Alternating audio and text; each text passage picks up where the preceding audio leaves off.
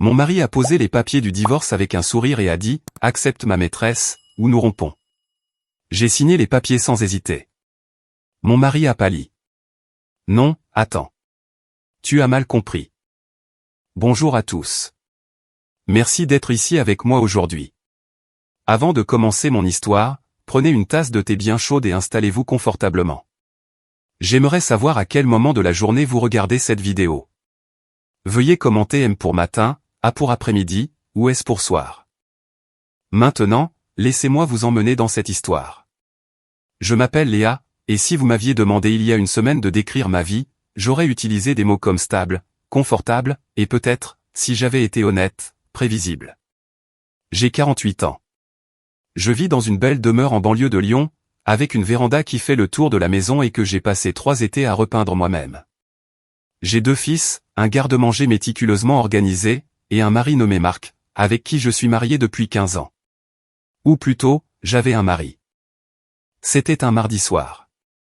Les mardis étaient autrefois les soirées tacos, une tradition que nous avions commencée quand Julien était tout petit, mais dernièrement, les mardis étaient juste des soirs où Marc travaillait tard, ou disait qu'il travaillait tard.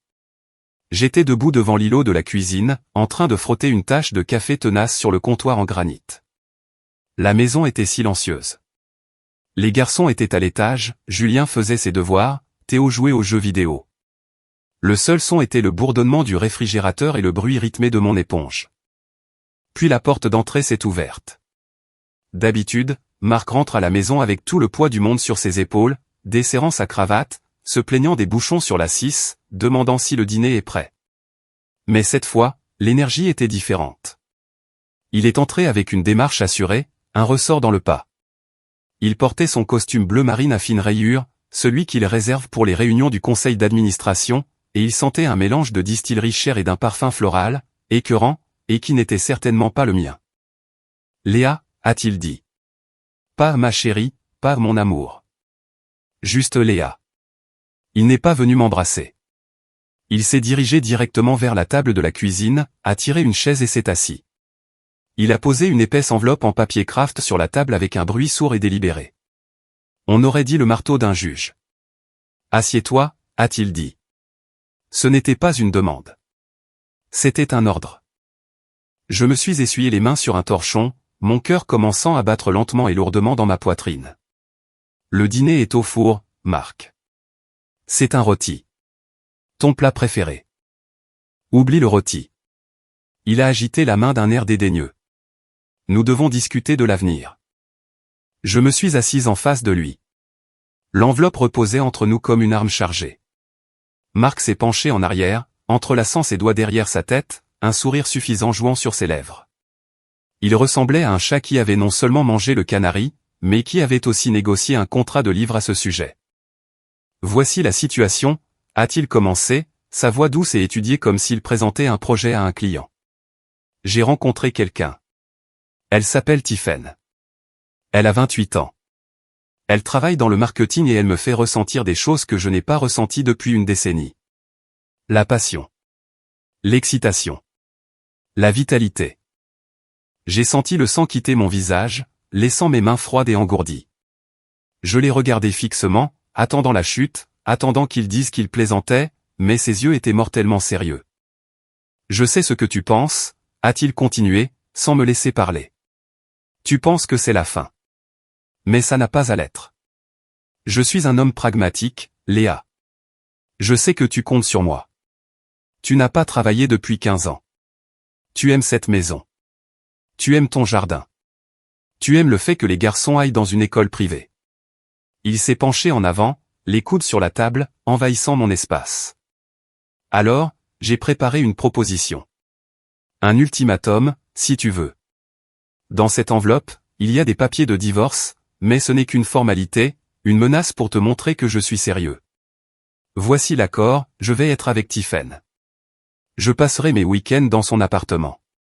Je serai ici pendant la semaine pour les garçons. Nous restons mariés légalement. Tu gardes la maison, les cartes de crédit, le statut de Madame Marc Renaud. En échange, tu fermes les yeux. Tu acceptes que j'ai une vie en dehors de cet ennui domestique. Il a fait une pause, laissant les mots s'imprégner. Accepte ma maîtresse, Léa, ou nous rompons sur le champ. Et si nous rompons, tu sais que tu ne peux pas survivre seul. Tu as presque 50 ans. Le marché du travail ne se bouscule pas pour les anciennes comptables qui n'ont pas touché à un tableur depuis l'époque de Chirac. Il a souri narquoisement. Ce sourire, c'était l'expression d'un homme qui tenait toutes les cartes. Il croyait honnêtement que j'étais piégé. Il pensait que j'étais faible. Il pensait que j'étais juste un meuble dans sa maison, comme la lampe dans le coin ou le tapis dans le couloir. Utile, décorative, mais finalement silencieuse. J'ai regardé l'enveloppe. Puis je l'ai regardée.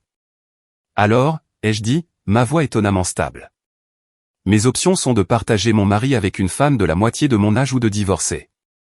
Exactement, a dit Marc en regardant sa montre. C'est une offre généreuse. La plupart des hommes te laisseraient sans rien. Je t'offre la sécurité. Je n'ai pas crié. Je n'ai pas pleuré. Je ne lui ai pas jeté le rôti à la figure, bien que l'idée m'ait traversé l'esprit.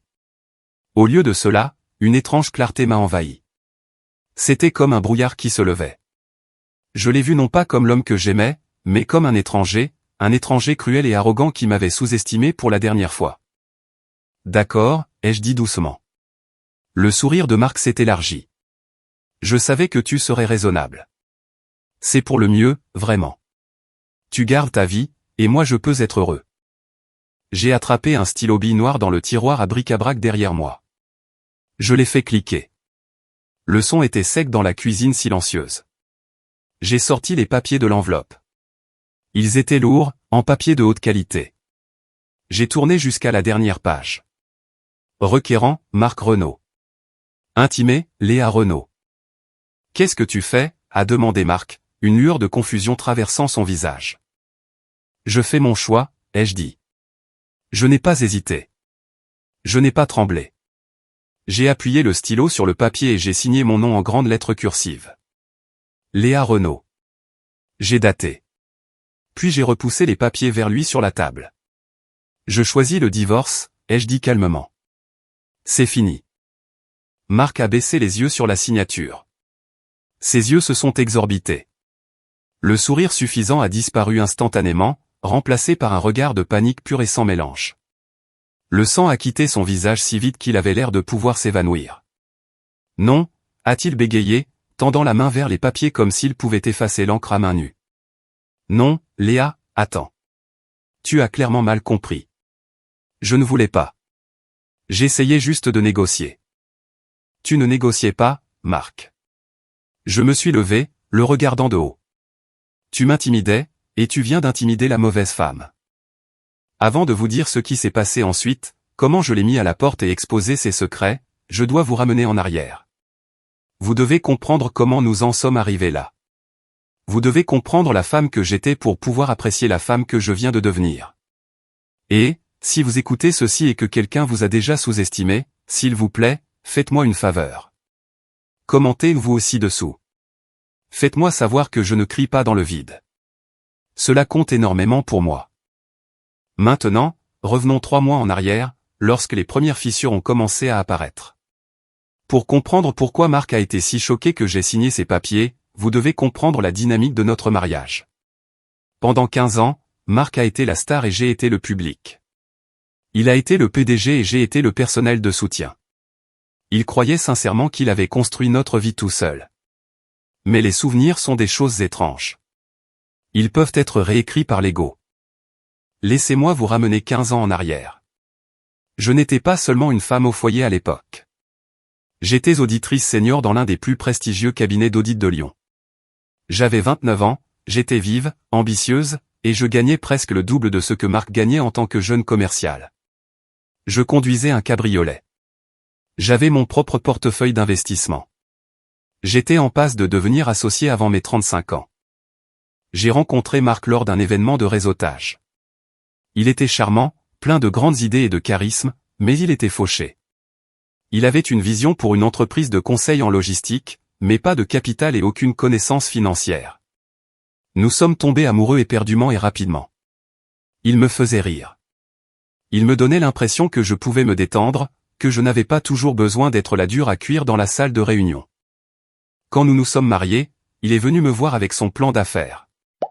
Léa, a-t-il dit, les yeux brillants de larmes. Je ne peux pas faire ça sans toi. Les banques ne me prêteront pas l'argent. Mais si nous utilisons tes économies, si tu m'aides à gérer les comptes, nous pouvons construire un empire. Mais j'ai besoin que tu te concentres sur le front domestique pour que je puisse chercher des clients. S'il te plaît, fais-moi confiance. C'était une demande énorme. Il me demandait de renoncer à ma carrière, à mon identité et à mon indépendance financière pour parier sur son rêve. Et parce que je l'aimais, parce que je croyais en nous, je l'ai fait. J'ai démissionné. J'ai retiré l'argent de mon plan d'épargne retraite pour payer le bail du bureau. J'ai utilisé l'héritage de mes parents, de l'argent qui devait être mon filet de sécurité, pour acheter les serveurs et les logiciels. Pendant les 5 premières années, j'ai été le moteur invisible de son succès. Je m'asseyais à notre table de salle à manger jusqu'à 2 heures du matin, allaitant Julien d'un bras et faisant la paix de Marc de l'autre. J'ai décelé des erreurs fiscales qui l'auraient ruiné. J'ai négocié avec les fournisseurs pour réduire les coûts.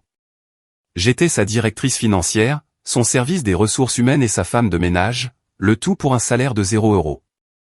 Je me souviens d'une nuit en particulier. Marc venait de décrocher son premier gros contrat. Il est rentré à la maison avec une bouteille de champagne. Nous l'avons bu dans des tasses à café parce que nous n'avions pas fait tourner le lave-vaisselle. Je n'aurais pas pu faire ça sans toi, Lily, a-t-il murmuré en m'embrassant le front. C'est notre victoire. Tu es ma partenaire en tout. Je me suis accroché à ces mots. Je les ai chéris. Mais à mesure que l'entreprise grandissait, la mémoire de Marc s'estompait. Une fois que l'argent a vraiment commencé à affluer, il a engagé un vrai cabinet comptable. Il a engagé une directrice des RH tape à accent grave l'œil.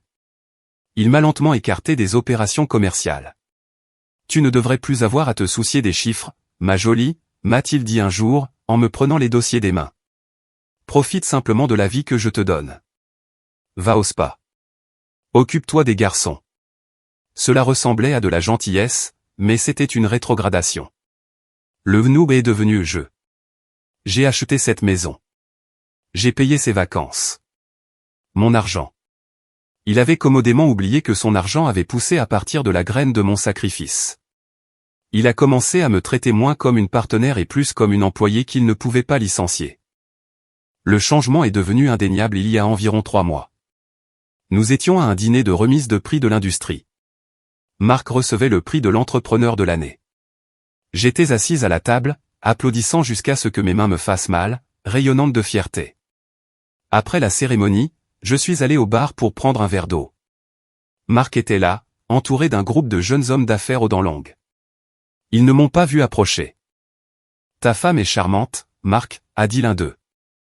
Marc a ri, faisant tourner son scotch. Oui, Léa est super. Elle tient la maison debout. Mais, mec, parfois j'aimerais qu'elle ait un peu plus d'ambition, tu vois. Ça fait si longtemps qu'elle est hors du coup. Elle ne comprend pas la pression que je subis. Elle vit dans une bulle que je paie. Honnêtement, elle serait perdue sans moi. Elle ne saurait même pas comment payer une facture d'électricité si je n'avais pas mis en place le prélèvement automatique. Les hommes ont ri. Un rire cruel de connivence. Je suis resté là, figé. La glace dans mon verre a teinté contre les parois. C'est moi qui avais mis en place le prélèvement automatique. C'est moi qui gérais le budget du ménage pour qu'il puisse s'acheter ses costumes de luxe. C'est moi qui avais audité des entreprises du CAC 40 alors qu'il peinait encore à comprendre comment utiliser Excel. J'ai eu envie de m'approcher et de lui verser mon verre d'eau sur la tête. J'ai eu envie de lui crier mes qualifications au visage, mais je ne l'ai pas fait. J'ai ravalé l'humiliation. J'ai pensé à Julien, qui avait du mal avec l'algèbre, et à Théo, qui avait besoin d'un appareil dentaire. Je me suis dit que c'était juste l'alcool qui parlait. Je me suis dit d'être la bonne épouse et de ne pas faire de scène. C'est à ce moment-là que la graine du ressentiment a été plantée. J'ai alors réalisé que mon mari ne me respectait pas. Il me tolérait, et la tolérance est une chose très fragile.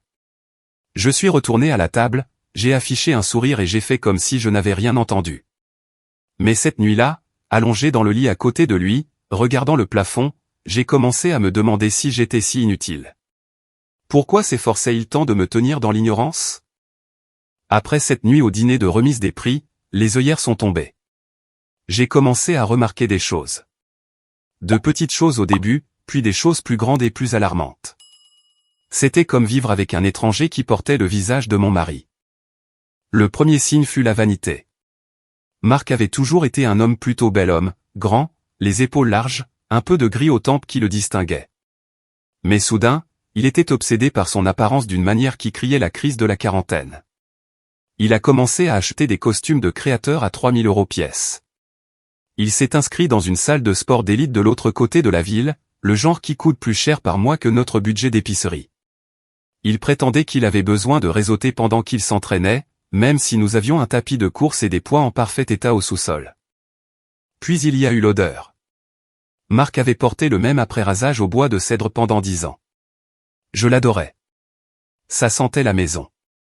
Mais un mardi, il est rentré à la maison en sentant comme un comptoir de parfumerie ambulant. C'était musqué, lourd et indéniablement à la mode. « Tu as changé de parfum ?» ai-je demandé, me penchant pour renifler le col de sa chemise alors qu'il esquivait mon étreinte. « Mon Dieu, Léa, arrête de me renifler comme un limier » a-t-il lâché en s'éloignant. « C'est sauvage. Tous les gars du bureau le portent. Un homme ne peut pas mettre à jour son style sans un interrogatoire ?» Je demandais juste, ai-je dit, blessé. « Eh bien, arrête de demander. » « Tu m'étouffes » a-t-il marmonné, montant directement prendre une douche, ce qui était une autre nouvelle habitude. Avant, il rentrait et s'effondrait sur le canapé. Maintenant, il allait directement sous la douche pour se débarrasser de la journée. Ou des preuves. Puis il y a eu la protection du téléphone. C'était le cliché classique, mais c'était choquant de le voir se produire dans la vraie vie. Marc était autrefois négligent avec son téléphone. Il le laissait sur l'îlot de la cuisine, face vers le haut, pendant qu'il allait jouer au ballon avec les garçons. Je connaissais son code, 1234. Simple. Maintenant, le téléphone était collé à sa paume. S'il allait aux toilettes, le téléphone l'accompagnait. S'il sortait les poubelles, le téléphone était dans sa poche. Il a installé un protecteur d'écran de confidentialité pour que je ne puisse pas voir les notifications, même si j'étais assise juste à côté de lui. Un soir, nous regardions un film. Son téléphone a vibré sur la table basse. Instinctivement, je l'ai attrapé pour le lui tendre. « N'y touche pas » a-t-il crié, le saisissant si vite qu'il a renversé un bol de pop-corn. J'ai retiré ma main comme si je m'étais brûlé. Les garçons ont levé les yeux de leur tablette, les yeux écarquillés.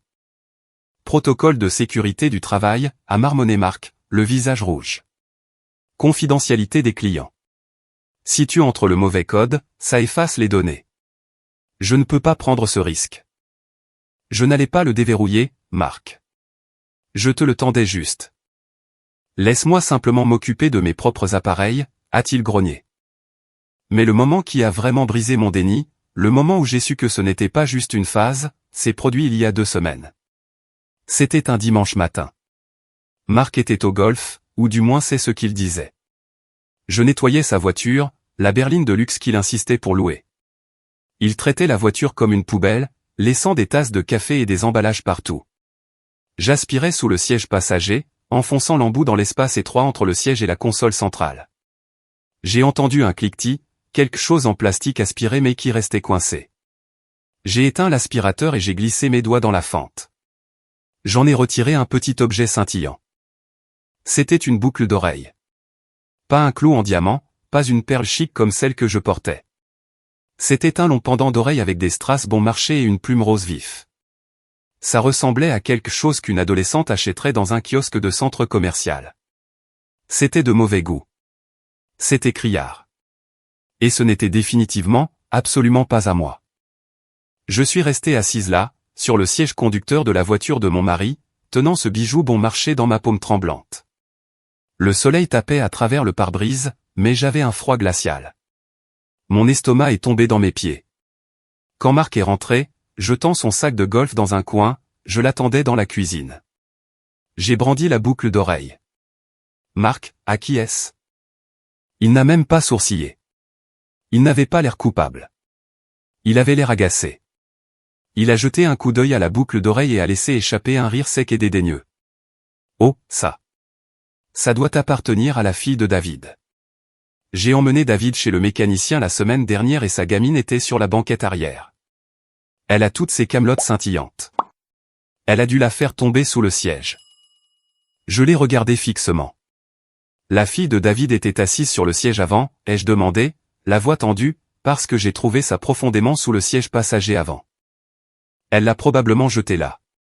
Qui sait? Les enfants font des trucs bizarres. Pourquoi tu t'acharnes sur un déchet?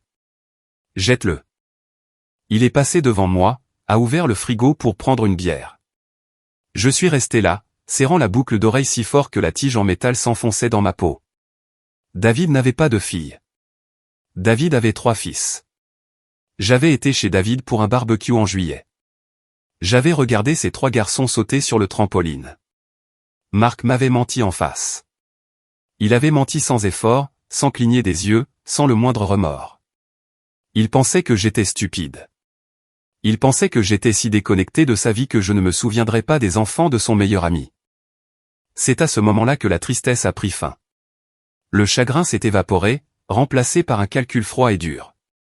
Il pensait que j'étais juste une femme au foyer acariâtre.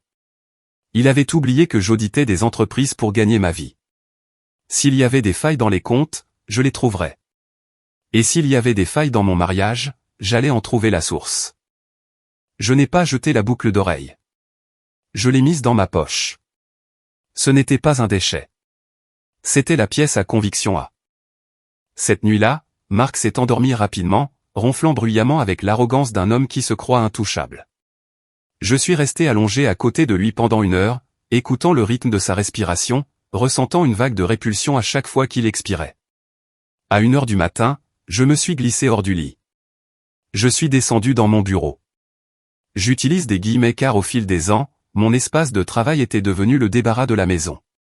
Mon bureau était couvert du matériel de hockey de Julien, de piles de factures impayées et des projets légaux inachevés de Théo. J'ai dégagé un espace, je me suis assise et j'ai ouvert mon vieil ordinateur portable. J'ai fait craquer mes doigts. Ça faisait des années que je n'avais pas fait d'audit jury comptable, mais c'est comme le vélo. On n'oublie jamais comment suivre l'argent. Marc pensait être malin en changeant le mot de passe de son téléphone, mais il était paresseux avec sa sécurité financière. Nous avions un compte courant joint pour les dépenses du ménage, mais je savais qu'il avait ouvert des cartes de crédit personnel. Il était passé au relevé dématérialisé il y a environ 6 mois, prétendant qu'il sauvait l'environnement. Il avait oublié un détail crucial. J'étais l'administratrice principale de notre réseau Wi-Fi domestique. C'est aussi moi qui avais configuré ces questions de récupération d'emails originales il y a 10 ans parce qu'il les oubliait sans cesse. Question, quel était le nom de votre premier animal de compagnie? Réponse, Buster. Question, quel est le nom de jeune fille de votre mère? Réponse, Collins. Il m'a fallu moins de 10 minutes pour réinitialiser son mot de passe email. Je me suis connecté. La boîte de réception s'est chargée et les vannes se sont ouvertes. Je n'ai pas cherché de lettre d'amour en premier. Dans un divorce, les émotions sont désordonnées, mais les chiffres sont absolus. Les chiffres ne mentent pas. Les chiffres sont la seule vérité qui tienne devant un tribunal. Je suis allé directement dans le dossier corbeille. Les gens suppriment toujours les emails incriminants mais oublient de vider la corbeille. Il y avait des dizaines de confirmations. La Fourchette, réservation pour 2 au Dôme. Mardi, 19h. Ticketmaster, 2 places au premier rang pour le concert de Beyoncé. 800 €. Expedia, réservation pour un week-end en chambre d'hôte dans les Vignobles, vallée du Rhône. Ma main tremblait sur la souris. Le voyage dans la vallée du Rhône coïncidait avec sa conférence de vente régionale. Il m'avait appelé de ce voyage, se plaignant de l'ennui des séminaires. Il était au lit avec elle en se plaignant à moi. Puis j'ai cherché les alertes financières. J'ai trouvé des relevés pour une carte Visa Infinite dont je ne connaissais pas l'existence. Le titulaire de la carte était Marc Renault, mais il y avait une utilisatrice autorisée, Tiffen Muller. J'ai ouvert les relevés PDF. Les dépenses étaient nauséabondes. Victoria's Secret, 450 €. Sephora, 300 €. Cartier, la bijouterie, pas la maîtresse, 2200 €. J'ai eu la nausée. Physiquement malade. J'ai regardé les dates. L'achat du bijou était le jour de notre anniversaire. Il m'avait donné une carte. Juste une carte. Il m'avait dit que les temps étaient durs cette année à cause du ralentissement du marché. Mais ensuite, j'ai trouvé quelque chose qui a fait tourner la pièce. J'ai dû m'agripper au bord du bureau pour ne pas tomber de ma chaise. Je me suis connecté à notre portefeuille d'investissement. Marc gérait les transactions maintenant, mais mon nom était toujours sur le compte. J'ai navigué jusqu'au sous-compte intitulé au fonds d'études Julien et au fonds d'études Théo. C'étaient des comptes sacrés. Nous les avions ouverts à la naissance des garçons. J'y avais mis chaque centime de mon héritage. Les primes de Marc y allaient. C'était censé être leur avenir. Frais de scolarité, logement, livres. J'ai cliqué sur le compte de Julien. Il aurait dû y avoir près de 85 000 euros. Le solde indiquait 1120 euros. J'ai eu le souffle coupé, un son étranglé s'échappant de ma gorge. J'ai cliqué sur le compte de Théo. Solde, 1500 euros. Disparu. Plus de 100 000 euros disparus. J'ai vérifié l'historique des transactions, mes yeux brouillés par des larmes de rage. D'importants retraits avaient été effectués au cours des 6 derniers mois. Des virements bancaires. Virement de 15 000 euros. Bénéficiaire, appartement de luxe Stephen SARL. Mémo, dépôt de garantie et bail. Virement de 8 500 euros. Bénéficiaire, joaillier du Triangle d'Or. Virement de 5 000 euros. Date, 12 octobre. J'ai fixé cette date. Le 12 octobre était l'anniversaire de Théo. Marc avait dit à Théo, « Désolé, mon grand. Le travail de papa est au ralenti. On ne peut pas faire le grand voyage à Disneyland cette année. Peut-être la prochaine fois. » Il avait regardé notre fils de 10 ans dans les yeux, avait vu son visage se décomposer de déception, et avait plaidé la pauvreté. Et ce même jour, il avait viré 5 000 euros à sa maîtresse. La rage qui m'a envahi n'était pas chaude. Ce n'était pas la colère ardente d'une femme bafouée. C'était glacial. C'était le zéro absolu d'une mère dont les petits avaient été attaqués. Il ne m'avait pas seulement trompé. Ça, je pouvais le surmonter. Il avait volé nos enfants. Il avait pillé leur avenir pour payer un studio à une fille de 20 et quelques ans qui aimait les plumes roses. C'était de l'abus financier. C'était de la fraude. C'était un détournement de biens matrimoniaux. Je n'ai pas fermé l'ordinateur portable. J'ai commencé à télécharger. J'ai téléchargé chaque relevé, chaque reçu, chaque email. Je les ai organisés dans des dossiers intitulés épreuves. J'ai tout sauvegardé sur le cloud, puis sur un disque dur externe, puis sur une clé USB que j'ai scotchée sous le tiroir de mon bureau. Je suis resté assise là, dans le noir, la lumière bleue de l'écran illuminant mon visage. J'ai regardé la photo de Marc et moi sur le bureau, prise il y a 10 ans en vacances à la plage. Je l'ai prise et je l'ai posée face contre table. Il pensait avoir affaire à une femme au foyer. Il pensait avoir affaire à une femme qui ne comprenait rien à la finance. Il avait oublié que c'est moi qui lui avais appris à lire un bilan. Je n'allais pas seulement divorcer de lui. J'allais le détruire. J'allais le laisser avec rien d'autre que son parfum bon marché et ses mensonges. J'ai essuyé mes larmes. J'avais du travail à faire. Avant de pouvoir exécuter mon plan, je devais cocher une dernière case. Je devais voir s'il y avait quelqu'un dans le camp de Marc qui avait encore une boussole morale. Je devais savoir si j'avais des alliés dans cette famille. J'ai appelé Marthe, la mère de Marc. Marthe vivait dans un appartement impeccable en centre-ville.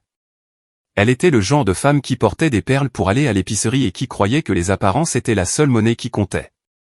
Nous avions toujours eu une relation tendue.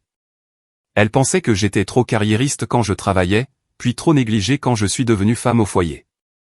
Je ne pouvais jamais gagner. Mais elle était grand-mère. Elle aimait Julien et Théo. Sûrement que si elle savait que son fils volait ses petits-fils, elle serait outrée. Je l'ai invitée à prendre le thé 2 jours après avoir trouvé les relevés bancaires. J'ai envoyé les garçons au cinéma pour que nous puissions parler en privé. Marthe est arrivée, impeccable dans un tailleur Chanel crème, inspectant mon salon à la recherche de poussière en entrant. Les hortensias devant ont l'air un peu fanées, Léa, fut son salut. Tu devrais vraiment les arroser plus. Bonjour à toi aussi, Marthe, ai-je dit en la conduisant à la cuisine. Je lui ai versé du thé Earl Grey dans la belle porcelaine. Je ne suis pas passé par 4 chemins. J'étais trop fatigué pour les mondanités. Marthe, ai-je dit, m'asseyant en face d'elle. Je suis inquiète pour Marc. Il est distant. Il ne rentre pas certains soirs. Et j'ai trouvé des preuves qu'il voit quelqu'un d'autre. J'ai observé son visage attentivement. Je m'attendais à du choc. Je m'attendais à ce qu'elle ait le souffle coupé, qu'elle me prenne la main. Au lieu de cela, Marthe a pris une lente gorgée de son thé, a reposé la tasse avec un tintement délicat, et m'a regardé avec une expression apitoyée, presque ennuyée. Oh, Léa, a-t-elle soupiré en ajustant son collier de perles. Ne sois pas si naïve. J'ai cligné des yeux. Pardon? Marc est un homme qui a réussi, a-t-elle dit, comme si elle expliquait la gravité à un enfant en bas âge. Il subit une pression immense. Il dirige une entreprise. Il te fournit ce style de vie somptueux. Les hommes comme lui ont des besoins. Ils ont besoin d'un exutoire. Parfois, ils s'égarent. Ce n'est pas personnel. C'est juste la biologie. Je la regardais fixement, la bouche légèrement ouverte. Pas personnel, Marthe? Il couche avec une femme de la moitié de son âge. Il a une liaison. Eh bien, a-t-elle reniflé, me toisant d'un œil critique. Regarde-toi, ma chère. Tu t'es un peu laissé aller, n'est-ce pas? Tu es toujours dans ces joggings. Tu as l'air fatigué. Un homme comme Marc a besoin d'excitation. Il a besoin d'être admiré. Peut-être que si tu faisais un peu plus d'efforts pour le garder heureux, que tu perdais 5 kilos, que tu te teignais les cheveux, il n'aurait pas besoin de chercher ailleurs. Mon sang n'a fait qu'un tour. Tu me reproches son infidélité? Je dis juste, a-t-elle agité une main manucurée, que le mariage est une question de compromis. Tu as une belle maison. Tu n'as pas à travailler. Tu devrais être reconnaissante. Ne gâche pas une belle vie pour une petite incartade. Ferme les yeux. C'est ce que font les femmes de notre statut. Nous maintenons la dignité de la famille. J'ai senti un œuf froid se serrer dans ma poitrine. Elle n'était pas surprise. Elle le savait probablement déjà. Ce n'est pas juste une incartade, Marthe, ai-je dit, ma voix tombant à un murmure. Il a vidé les fonds d'études des garçons. Il a volé l'argent de Julien et de Théo, plus de 1 million €. Il l'a utilisé pour payer l'appartement de sa maîtresse. Pendant une fraction de seconde, j'ai vu une lueur d'hésitation dans ses yeux. Sa main s'est arrêtée sur sa tasse de thé. Mais ensuite, le masque est retombé. Je suis sûr qu'il a un plan pour le remettre, a-t-elle dit sèchement. Marc est bon avec l'argent. Tu as probablement mal lu les relevés. Tu as toujours été trop dramatique avec les chiffres. D'ailleurs, Julien est intelligent, il peut obtenir une bourse. Marc mérite de dépenser son argent comme il l'entend. Elle s'est levée, époussetant des miettes imaginaires de sa jupe. Mon conseil, arrange tes cheveux, cuisine-lui un bon dîner et arrête de fouiner. Tu me remercieras plus tard. Ne sois pas l'ex-femme amère, Léa. Ça ne te va pas. Alors qu'elle sortait de ma maison, ses talons claquant sur le parquet, j'ai réalisé que la pourriture était profonde. Marc n'était pas une anomalie. Il était le produit de son éducation. Il avait été élevé en croyant qu'il était le centre de l'univers et que toute femme dans son orbite existait uniquement pour le servir. Marthe était une complice. Elle était une co-conspiratrice dans mon malheur. Elle sacrifierait l'avenir de ses propres petits-fils pour protéger l'ego de son fils. J'ai verrouillé la porte derrière elle et je me suis appuyé contre, prenant une profonde inspiration. J'étais complètement seul. Mon mari était un voleur. Ma belle-mère était une complice. Et mon mariage était un mensonge. Mais réaliser que j'étais seul a été le sentiment le plus libérateur que j'ai eu depuis des années. Je n'avais à consulter personne. Je n'avais pas à faire de compromis. Je n'avais plus à être gentille.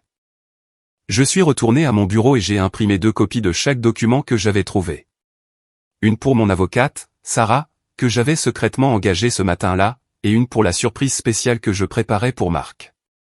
Marthe voulait que j'arrange mes cheveux. Très bien, j'allais arranger mes cheveux.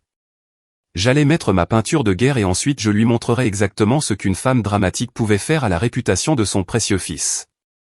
Revenons à la table de la cuisine, où l'encre sur les papiers de divorce était encore en train de sécher. Marc me regardait fixement, son visage un masque de pure terreur. Le sourire arrogant avait disparu, remplacé par le regard d'un homme qui réalise qu'il vient de sauter d'une falaise dont il ignorait l'existence. Tu Tu as signé, a-t-il murmuré, sa voix se brisant. Léa, arrête. J'étais juste. J'essayais de marquer un point. Je ne voulais pas vraiment divorcer. Je bluffais. Je me suis levé, le dominant alors qu'il s'affaissait sur sa chaise. Je me sentais immense. Tu m'as donné le choix, Marc. Accepter ta maîtresse ou rompre. J'ai choisi de rompre. Tu devrais être heureux. Tu es libre. Va avec Tiphaine. Va trouver ta vitalité.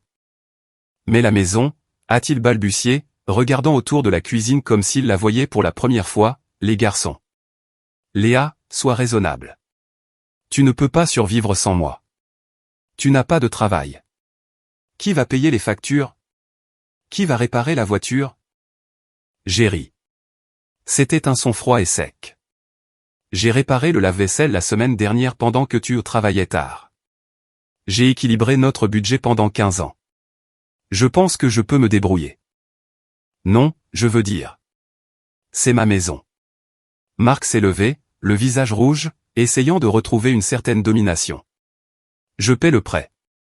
Tu ne peux pas simplement me mettre à la porte. En fait, les jeux corrigés, ma voix tranchante comme un rasoir, l'acte de propriété est à nos deux noms. Mais j'ai des nouvelles pour toi. Pendant que tu étais occupé à acheter à Tiphaine ce pendentif en diamant avec l'argent de l'anniversaire de Théo, j'étais occupé à engager une avocate. Marc s'est figé. Quoi? Mon avocate, Sarah, a déposé une requête d'urgence ce matin, ai-je dit, savourant chaque mot. Sur la base de preuves documentées de ton adultère et, plus important encore, de fraude financière, en particulier le détournement des comptes de dépôt de nos enfants, le juge a accordé une ordonnance d'attribution de jouissance exclusive et temporaire du domicile. Tu dois quitter les lieux immédiatement pour empêcher toute nouvelle dissipation des biens matrimoniaux. Dissipation des biens, a répété Marc, l'air sur le point d'être malade. Tu as regardé les comptes? J'ai tout regardé, Marc. Le bail de l'appartement, les bijoux, le voyage dans la vallée du Rhône. J'ai tout. Je me suis dirigé vers le placard du couloir. Et parce que je suis efficace, contrairement à toi, je t'ai épargné la peine de faire tes valises. J'ai ouvert la porte du placard. À l'intérieur se trouvaient 2 grandes valises bombées. Je les avais faites ce matin pendant qu'il était sous la douche. Je les ai sorties et les ai poussées vers lui d'un coup de pied.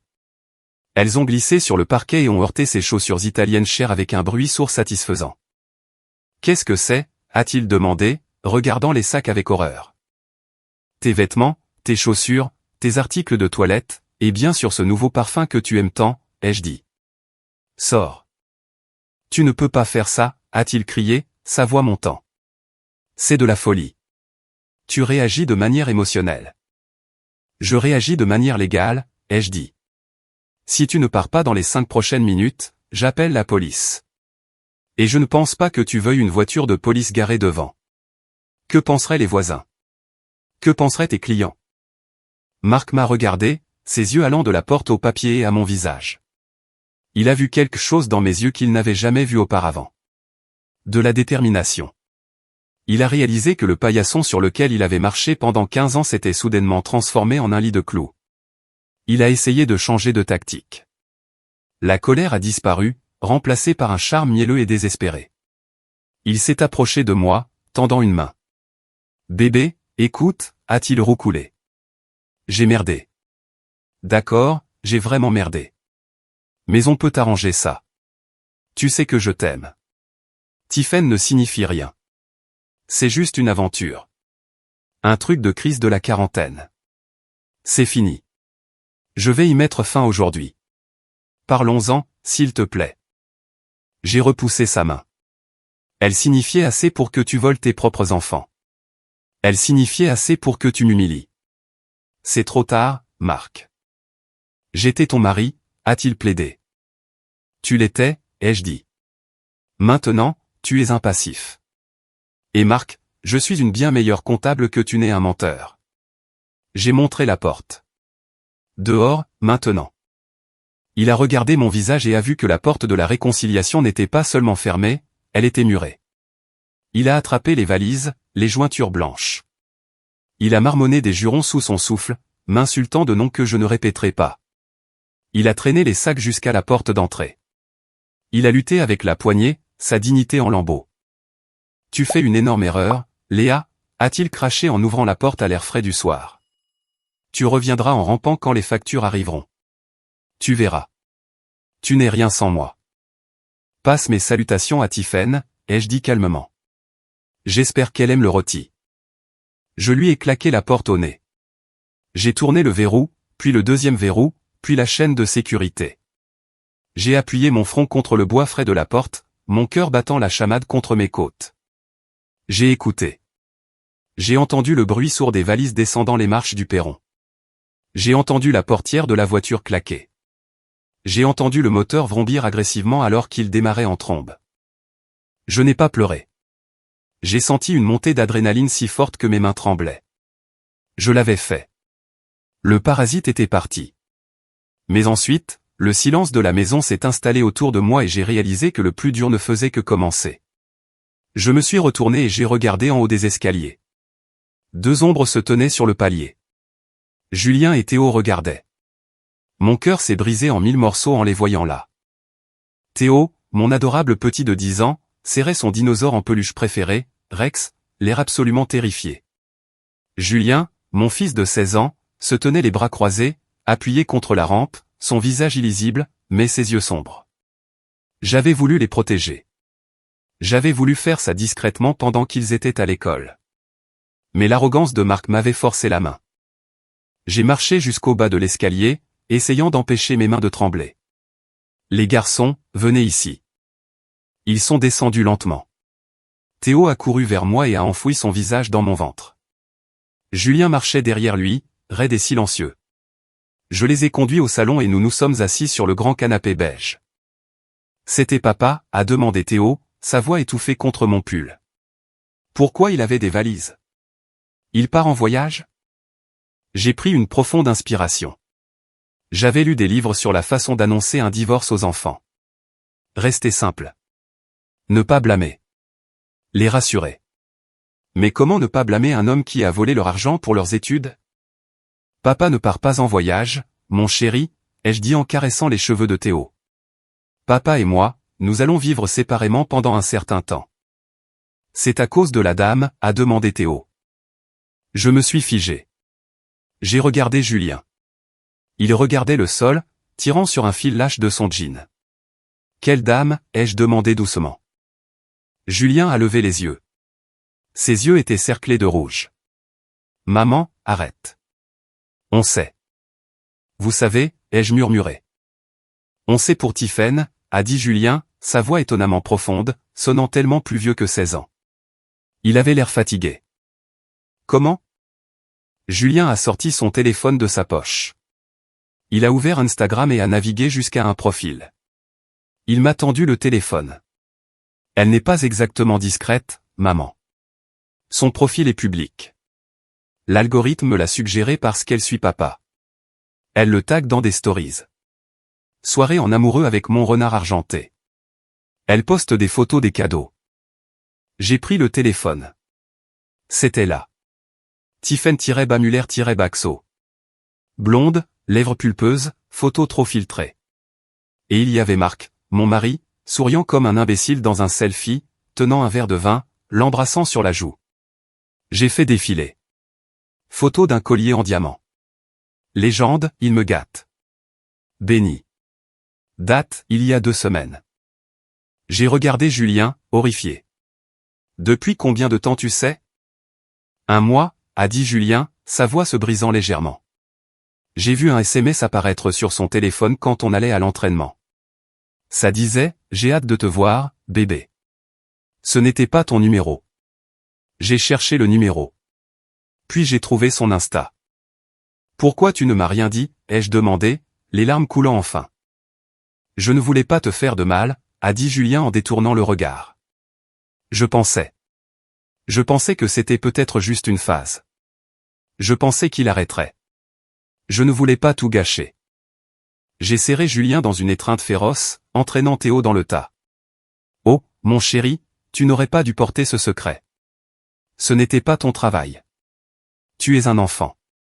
Tu es censé t'inquiéter de la géométrie et du baseball, pas de la petite amie de ton père. Théo a levé les yeux, des larmes coulant sur son visage. Est-ce que papa nous quitte parce qu'on a été méchant?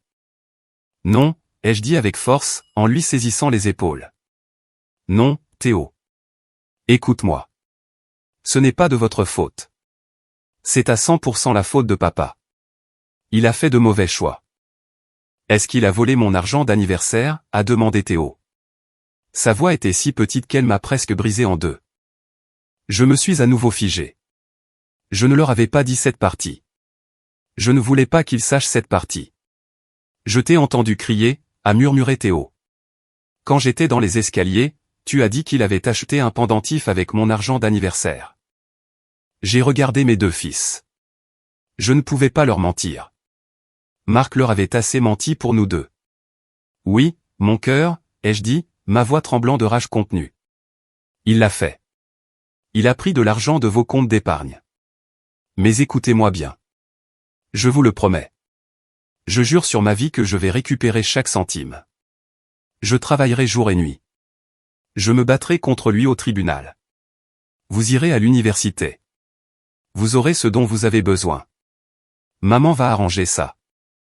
Théo a enfoui son visage dans ma poitrine et s'est mis à sangloter. Je le déteste. Je le déteste. Julien a regardé par la fenêtre où la voiture de Marc était partie. Sa mâchoire était serrée, un muscle tressaillant sur sa joue. Il a essayé de m'envoyer un texto à l'instant, a dit Julien doucement. Qu'est-ce qu'il a dit? Il a dit que tu faisais une dépression nerveuse. Il a dit que tu étais hystérique et qu'on devrait faire une valise et venir avec lui à l'appartement. Et qu'est-ce que tu en penses? Ai-je demandé, retenant mon souffle. Julien m'a regardé dans les yeux. Je lui ai répondu. J'ai dit, ne te fatigue pas, j'ai vu les photos. Papa, t'es un loser. J'ai expiré un souffle que je ne savais pas que je retenais. Mon fils n'était pas confus. Il était en colère et il était de mon côté. D'accord, ai-je dit en m'essuyant le visage. D'accord, on va s'en sortir. Mais pour l'instant, je n'ai pas envie de cuisiner et je ne veux certainement pas de rôti. Pizza, a demandé Théo en reniflant. 3 grandes pizzas, ai-je déclaré. Avec un supplément de pepperoni, des graissins et du soda un soir d'école. Nous nous sommes assis sur le sol du salon ce soir-là, mangeant à même les boîtes, regardant des films Marvel. C'était un petit acte de rébellion, une réappropriation de notre espace. La maison semblait plus vide sans la voix tonitruante de Marc et ses demandes constantes de service, mais elle semblait aussi plus légère. La toxicité était partie. J'ai regardé mes garçons, la bouche couverte de sauce tomate, et j'ai fait un vœu silencieux. Marc pensait qu'il pouvait nous dépouiller de nos biens et de notre dignité. Il pensait qu'il pouvait s'en aller vers sa vie de fantaisie sans conséquence. Il avait tort. J'avais la maison. J'avais les enfants. Et j'avais les preuves. La phase 1 était terminée, l'expulsion. La phase 2 était sur le point de commencer, le retour à la réalité. Marc était sur le point de découvrir que vivre avec une maîtresse exigeante dans un studio n'était pas tout à fait le rêve qu'il imaginait. Une semaine s'est écoulée. Une semaine de silence des tribunaux, mais beaucoup de bruit de la part des commérages. J'aurais aimé être une petite souris dans l'appartement de Tiphaine, mais je n'en avais pas besoin. Nous vivons dans un monde connecté, et les nouvelles voyagent vite en banlieue. De plus, Marc, dans son infinie stupidité et arrogance, ne m'avait pas encore retiré du compte Uber Eats familial partagé. J'ai observé le déclin de son paradis à travers les reçus numériques. C'était presque poétique. Pendant les 2 premiers jours, il a essayé de maintenir l'illusion. Mardi, le bar à sushi. Total de la commande, 120 €. Mercredi, livraison d'un steakhouse de premier choix. Total de la commande, 150 €. Il essayait de montrer à Tiphaine que rien n'avait changé, qu'il était toujours le flambeur. Mais je savais exactement combien d'argent liquide il avait. J'avais gelé le compte courant joint le matin après l'avoir mis à la porte. Ses cartes de crédit personnel étaient proches de leur limite à cause de tous les cadeaux qu'il lui avait achetés. Dès le jeudi, les commandes ont changé. Jeudi, McDo. 2 Big Mac et un Happy Meal. Vendredi, un fast-food mexicain, 15 €. Samedi, pas de commande. Puis j'ai reçu un appel d'une amie commune, Sophie, pas mon avocate, une autre Sophie qui travaillait dans le même immeuble de bureau où Tiphaine était stagiaire en marketing. Léa, a chuchoté Sophie au téléphone, se cachant clairement dans une cabine de toilette. Tu n'as pas entendu ça de moi, mais Marc a l'air terrible. Raconte, ai-je dit, me penchant en arrière sur ma chaise de cuisine, sirotant mon café du matin. Je me sentais remarquablement fraîche. J'avais dormi 8 heures pour la première fois depuis des mois. Apparemment, l'appartement de luxe de Tiphaine est un studio, a ricané Sophie. Les photos de l'annonce utilisaient un objectif grand angle. C'est en gros une boîte à chaussures. Et Marc, eh bien, il a porté les deux mêmes costumes toute la semaine. Ils sont froissés. On dirait qu'il a dormi dedans. Probablement, ai-je dit. Ou par terre. Et Tiphaine, a poursuivi Sophie, elle s'est plainte à tout le monde dans la salle de pause, bruyamment. Elle a dit que Marc ronfle comme un train de marchandises et la tient éveillée. Elle a dit qu'il s'attend à ce qu'elle prépare le dîner quand elle rentre à la maison et qu'elle ne sait même pas faire bouillir un œuf. Elle a dit à la réceptionniste, « Je n'ai pas signé pour être une femme au foyer. » J'ai éclaté de rire. Un rire profond et sincère qui m'a fait du bien. Bien sûr qu'il s'y attendait. Marc n'avait pas préparé un repas, fait une lessive ou ramassé une serviette mouillée en 15 ans. Il s'attendait à un dîner chaud sur la table à 18h30 précise. Il s'attendait à ce que ses chemises soient lavées, amidonnées et suspendues par ordre de couleur. Il s'attendait à ce qu'une fée du logis magique gère sa vie. Tiphaine n'était pas une fée du logis. C'était une aspirante influenceuse exigeante qui sortait avec Marc pour le style de vie qu'elle pensait qu'il avait. Elle voulait les dîners et les cadeaux, pas les chaussettes sales et les ronflements. Ils se disputaient sur le parking hier, a poursuivi l'ami, une véritable scène. Quelque chose à propos du fait qu'il n'avait pas sa voiture. Ah, oui. J'ai souri en caressant le chien. Le contrat de location de la Mercedes est à mon nom. Ma cote de crédit a toujours été meilleure que la sienne. J'ai signalé une utilisation non autorisée à la société de leasing mercredi. Ils l'ont probablement saisi pendant qu'il était au travail. Tu es impitoyable, a dit Sophie, l'air impressionné et un peu effrayé. Je ne fais que commencer, ai-je répondu. Ce soir-là, mon téléphone a sonné. C'était Marc. Je l'ai laissé aller à la messagerie vocale. Il a rappelé encore et encore. Finalement, j'ai décroché, le mettant sur haut-parleur pour que Julien puisse entendre, à sa demande. Que veux-tu, Marc? Léa, s'il te plaît. Sa voix était rauque. Il avait l'air épuisé. Le ton suave et arrogant d'il y a une semaine avait disparu. Je ne peux pas vivre comme ça. L'appartement est de la taille d'un placard. La clim est en panne et il fait 27 degrés Celsius ici. Et la voiture? Tu as vraiment fait remorquer la voiture? Sérieusement? C'est ma voiture, Marc. Lis le contrat de location. Je ne peux pas avoir de conducteur non autorisé au volant de mon véhicule. Question de responsabilité. Tu comprends? Je dois prendre le bus pour aller travailler, a-t-il gémi. Tu sais à quel point c'est humiliant? Je suis vice-président. Je ne peux pas arriver en bus. Ancien VP, si tu n'améliores pas tes chiffres de vente, lui ai-je rappelé joyeusement. Comment va Tiphaine? Apprécie-t-elle la vie des transports en commun? Elle est stressée, a-t-il marmonné. Elle dit que l'appartement est trop petit pour 2 personnes. Elle a besoin de son espace. Écoute, est-ce que je peux juste passer prendre d'autres vêtements? Peut-être manger un repas décent. Les garçons me manquent, non? J'ai regardé Julien. Il a secoué la tête vigoureusement et a fait un mouvement de haut le cœur, passant son doigt sur sa gorge. Les garçons vont bien, ai-je dit. En fait, nous allons très bien. Et non, tu ne peux pas passer. Tu voulais une nouvelle vie, Marc. Tu voulais la femme plus jeune et l'excitation. Maintenant tu l'as. Profite du bus. Profite du studio.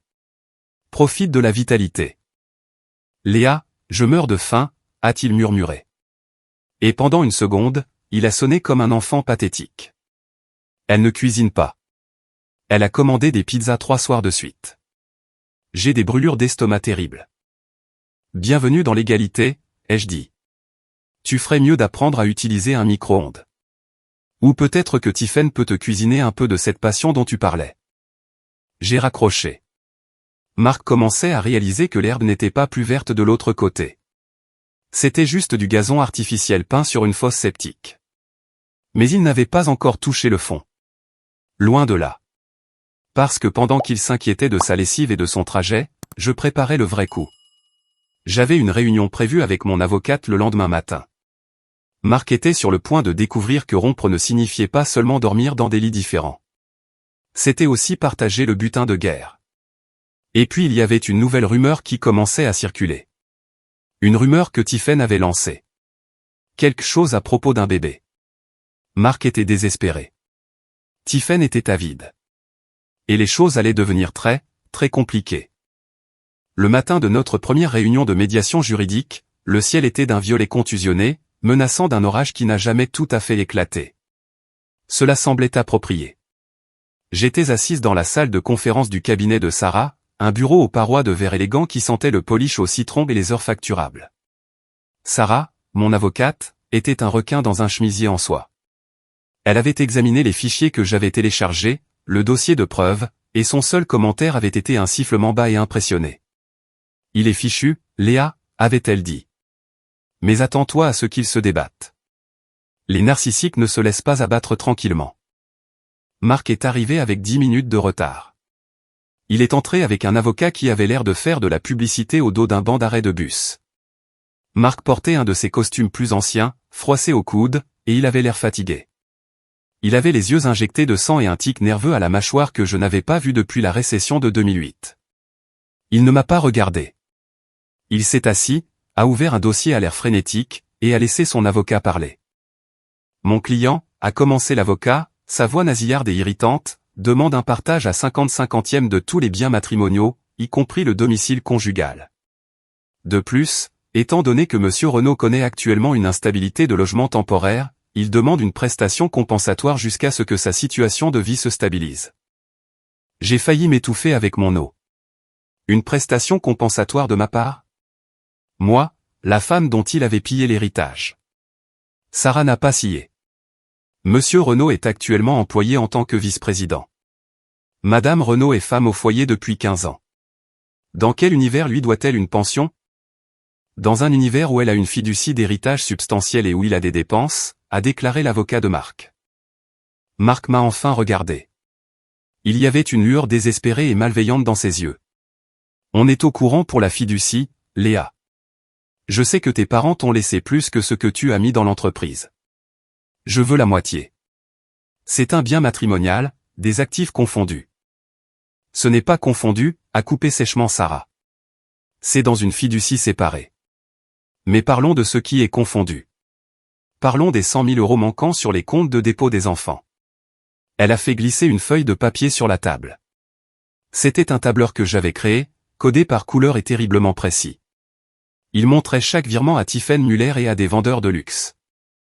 Marc a pâli. Il a attrapé le papier, les mains tremblantes. C'est une violation de la vie privée, a-t-il bafouillé. Elle a piraté mes comptes. Elle a accédé à des comptes joints et à des comptes dont elle est la tutrice, a corrigé Sarah.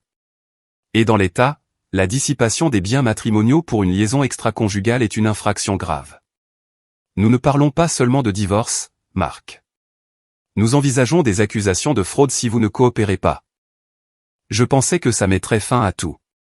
Je pensais qu'il plierait, mais j'avais sous-estimé l'influence de Tiphaine sur lui. Ou peut-être que j'avais sous-estimé à quel point il était prêt à s'abaisser. Marc s'est penché en avant, un ricanement remplaçant sa peur. Tu veux jouer la dure, Léa? Très bien. Parlons de la garde. Parlons de l'environnement à la maison. Ma mère me dit que tu as été instable, déprimé, que tu bois. C'est un mensonge, ai-je dit, ma voix glaciale. Vraiment? Et il y a encore une chose, a dit Marc, lâchant la bombe qu'il avait clairement gardée. Tiphaine est enceinte. La pièce est devenue silencieuse. L'air a quitté mes poumons comme si j'avais reçu un coup de poing dans le ventre. C'est exact, a dit Marc, voyant le choc sur mon visage. Elle porte mon enfant, un frère ou une sœur pour Julien et Théo. Et les tribunaux sont très favorables aux pères qui doivent subvenir aux besoins d'un nouveau-né. Si tu essaies de me détruire financièrement, tu retires la nourriture de la bouche d'un bébé innocent. Veux-tu vraiment être ce monstre, Léa? Je l'ai regardé fixement.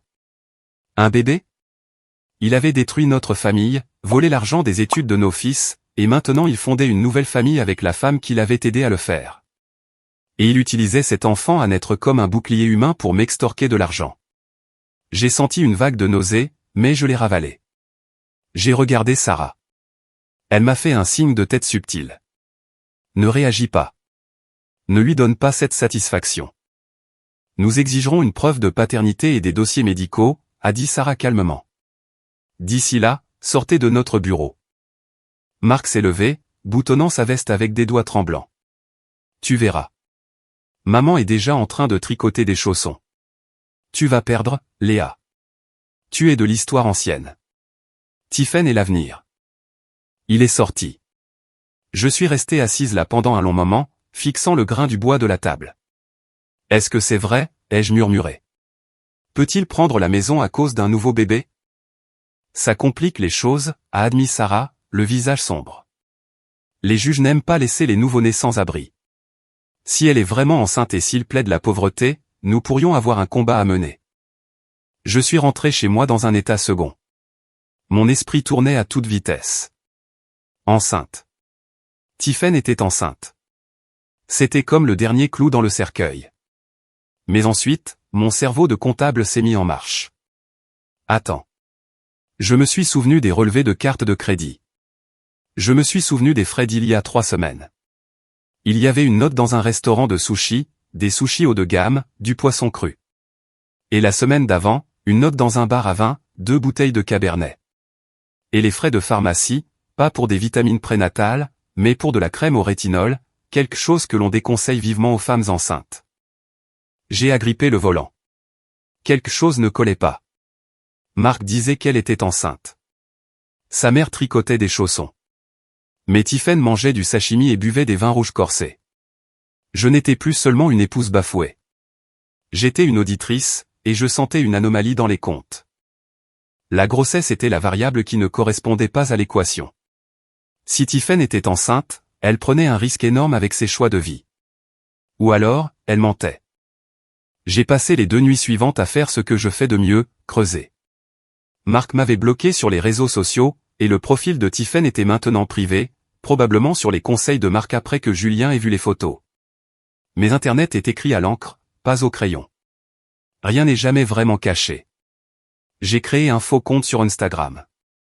J'ai utilisé une photo de paysage et je l'ai nommée Gourmande Lyonnaise 999. Puis j'ai commencé à chercher. Je n'ai pas cherché directement Tiphaine Muller.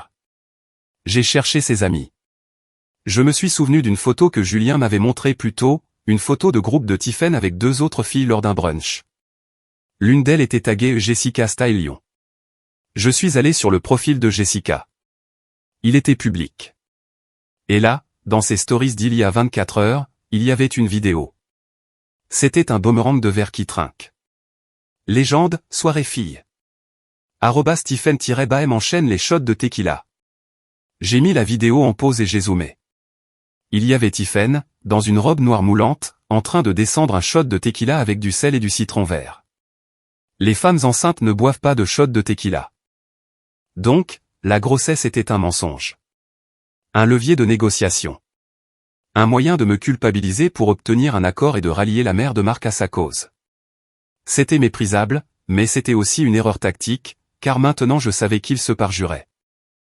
Mais j'ai continué à creuser. Pourquoi mentirait-elle? Juste pour l'argent de Marc. Mais Marc n'avait plus d'argent. Je l'avais gelé. Elle devait savoir qu'il était fauché. Pourquoi rester? Sauf si Marc n'était pas son seul fer au feu. Je suis retourné sur Google. J'ai cherché le Tiphaine Muller Lyon Marketing. J'ai trouvé son LinkedIn. Il était soigné, impressionnant. Mais ensuite, j'ai vu une recommandation datant d'1 an. Tiphaine est une professionnelle dévouée. Robert Valois, PDG de Logistique Valois. Logistique Valois.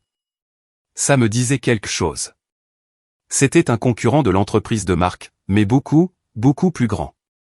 Un véritable empire. J'ai cliqué sur le profil de Robert Valois.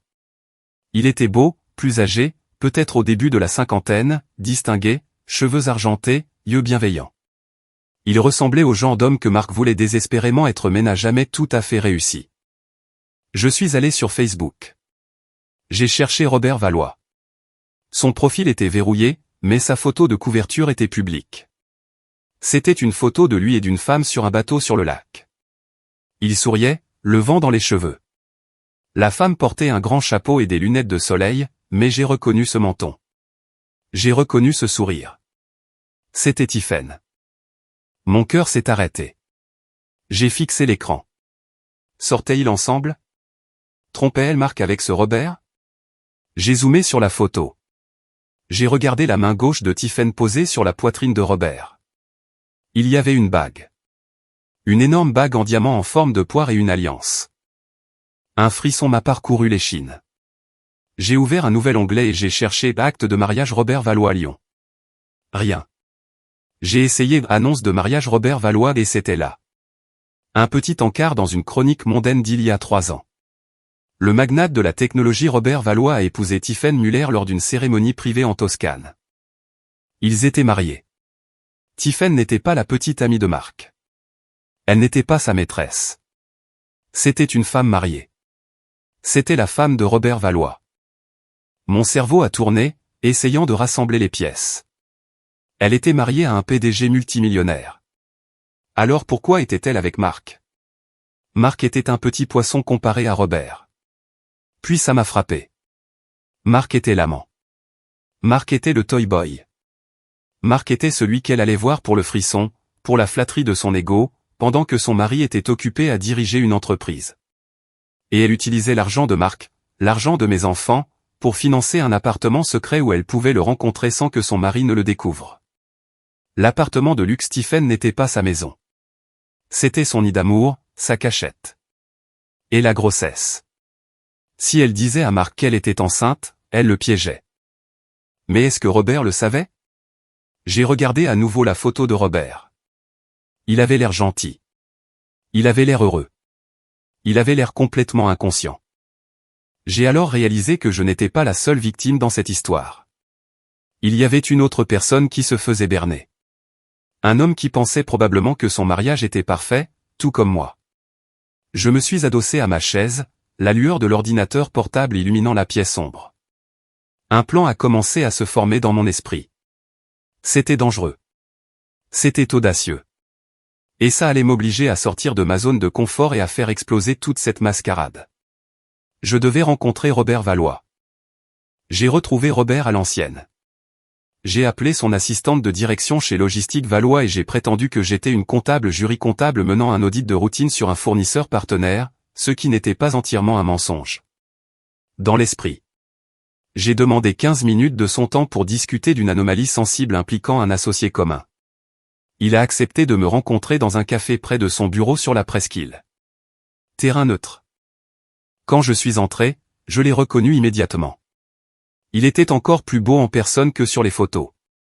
Il avait une présence, calme, autoritaire, mais avec des yeux fatigués. Il s'est levé quand il m'a vu, boutonnant sa veste de costume. Un gentleman. Madame Renaud, a-t-il demandé en tendant la main. Je suis Robert Valois. Mon assistante a dit que c'était urgent. Ça l'est, ai-je dit en lui serrant la main. Veuillez vous asseoir et appelez-moi Léa. Nous avons commandé des cafés. J'ai attendu que la serveuse parte avant de sortir mon enveloppe en papier craft. Je devenais très doué pour transporter ces enveloppes. Monsieur Valois. Robert, ai-je commencé, ma voix stable. Je ne sais pas comment dire ça gentiment, alors je vais juste le dire. Je crois que nos conjoints respectifs se connaissent très bien. Robert a cligné des yeux. Il a pris une gorgée de son café noir, son expression a changé. Je suis désolé, je ne vous suis pas.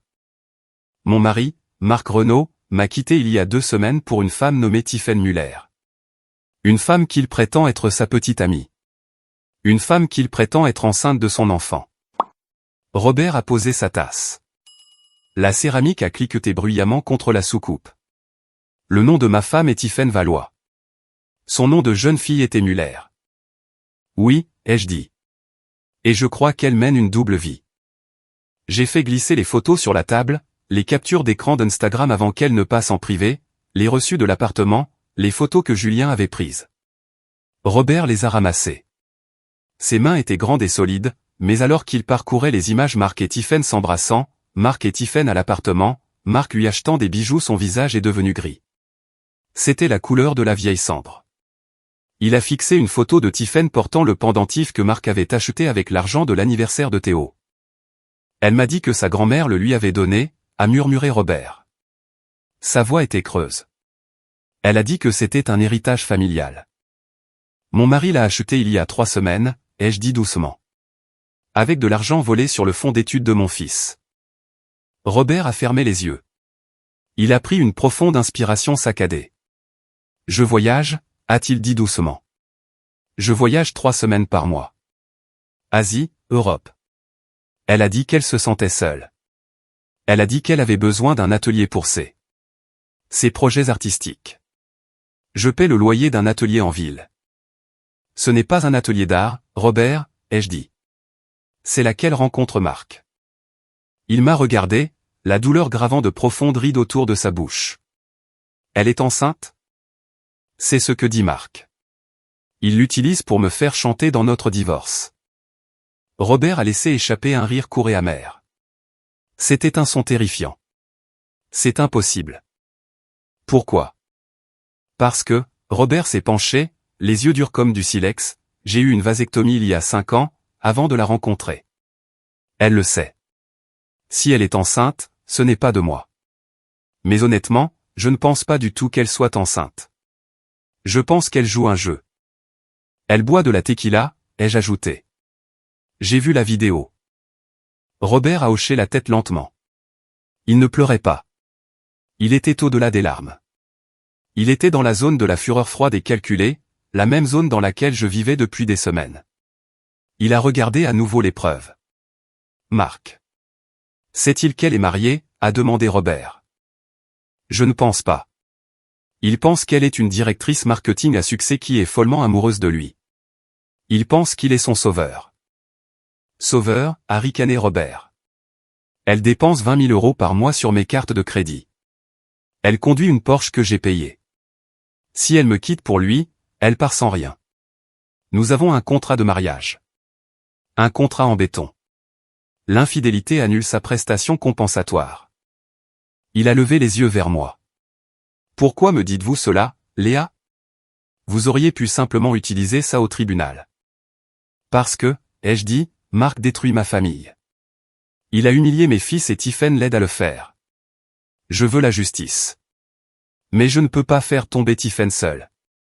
C'est votre femme. Plus pour longtemps, a dit Robert.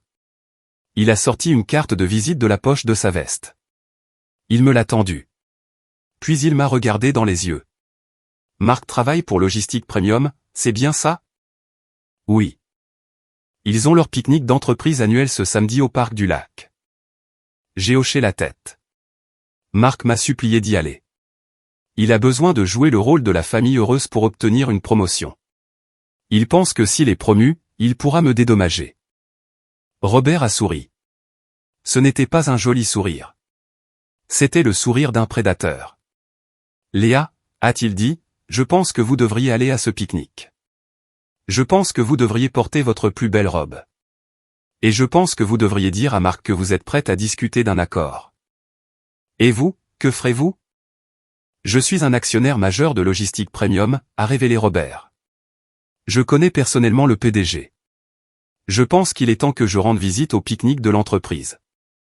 J'ai quelques affaires à discuter avec ma femme. Nous sommes restés assis là pendant une autre heure à comploter. 2 conjoints trahis, sirotant des cafés tièdes, planifiant la destruction des personnes qui les avaient blessés. Ce n'était pas seulement de la vengeance. C'était une opération tactique. Quand nous nous sommes serrés la main devant le café, j'ai senti une montée de puissance. Je n'étais plus seul. J'avais un char d'assaut, et nous allions au combat samedi. Le lendemain, Marc m'a appelé. J'ai laissé sonner 3 fois avant de décrocher. Je devais avoir l'air brisé. Je devais avoir l'air vaincu. Allô, ai-je répondu, gardant ma voix petite et chancelante. Léa, a dit Marc. Il avait l'air vif, professionnel. Je suis content que tu aies décroché. Écoute, à propos de la médiation. Les choses se sont envenimées. Peut-être qu'on peut trouver un terrain d'entente. Je ne sais pas, Marc, ai-je soupiré.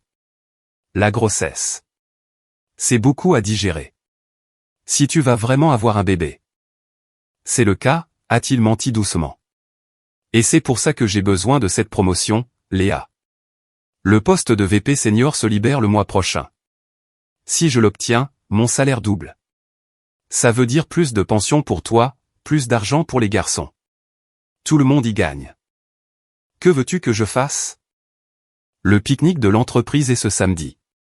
Le PDG, Monsieur Henry, est très attaché aux valeurs familiales. Il s'attend à nous y voir ensemble. Heureux.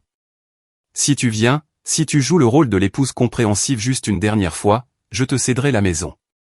J'accepterai tes conditions sur la garde. J'ai juste besoin de cette promotion pour subvenir aux besoins du nouveau bébé. Il me tendait la maison comme une carotte. Il pensait que j'étais assez désespéré pour mordre. Tu le promets, ai-je demandé. Tu me donneras la maison par écrit? Je demanderai à mon avocat de le rédiger lundi matin, a-t-il promis. Viens juste au pique-nique. Porte cette robe bleue que j'aime. Souris. Tiens ma main. Peux-tu faire ça? D'accord, ai-je murmuré. Je le ferai pour les garçons. Bonne fille, a-t-il dit.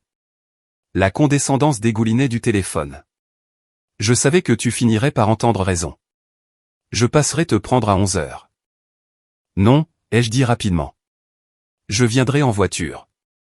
J'ai quelques courses à faire avant. Je te retrouverai là-bas.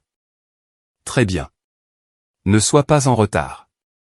Et Léa, sois présentable. Pas de jogging. J'ai raccroché et j'ai regardé le téléphone. Bonne fille. Il m'avait appelé comme un chien, comme un animal de compagnie dressé. Le samedi matin est arrivé avec un soleil de plomb. Je n'ai pas porté la robe bleue que Marc aimait. Cette robe était pour l'épouse soumise, la femme qui s'effaçait en arrière-plan. Au lieu de cela, je suis allé dans mon placard et j'ai sorti une robe que j'avais achetée il y a 3 ans mais que je n'avais jamais portée parce que Marc disait qu'elle était trop agressive. C'était une robe fourreau rouge carmin, taillée sur mesure. Elle me seyait comme une armure. Je l'ai associée à mes talons les plus hauts. J'ai passé 1 heure sur mes cheveux, les séchant en vagues lisses et nettes. J'ai appliqué du rouge à lèvres rouges, une teinte nommée Victoire. Quand je suis descendu, Julien a sifflé. Waouh, maman, a-t-il dit en levant les yeux de son jeu vidéo. Tu as l'air dangereuse. C'est le but, ai-je dit en ajustant mes boucles d'oreilles. Les garçons, vous restez chez mamie aujourd'hui. Pas Marthe, ma mère, qui vivait à 1 heure de route. Je ne veux pas que vous voyiez ça. Voir quoi, a demandé Théo. La justice, ai-je dit. J'ai conduit jusqu'au lieu du pique-nique, les fenêtres baissées, laissant le vent ébouriffer un peu mes cheveux. Je voulais avoir l'air d'arriver d'une vie vibrante et pleine, pas d'une femme qui avait pleuré dans son oreiller. Mon téléphone a vibré. Un texto de Robert. Message, est à 12h30. La cavalerie arrive. Reste forte. J'ai garé la voiture. Je pouvais sentir le charbon de bois des barbecues et entendre le murmure des conversations d'entreprise. J'ai pris une profonde inspiration. C'était le moment. Marc voulait un spectacle. J'allais lui donner un spectacle. Mais ce ne serait pas une comédie romantique. Ce serait une tragédie, et il en était le personnage principal. J'ai marché vers la tente d'entrée. J'ai vu Marc debout près des glacières, tenant une bière, riant avec son patron. Il avait l'air confiant. Il avait l'air heureux.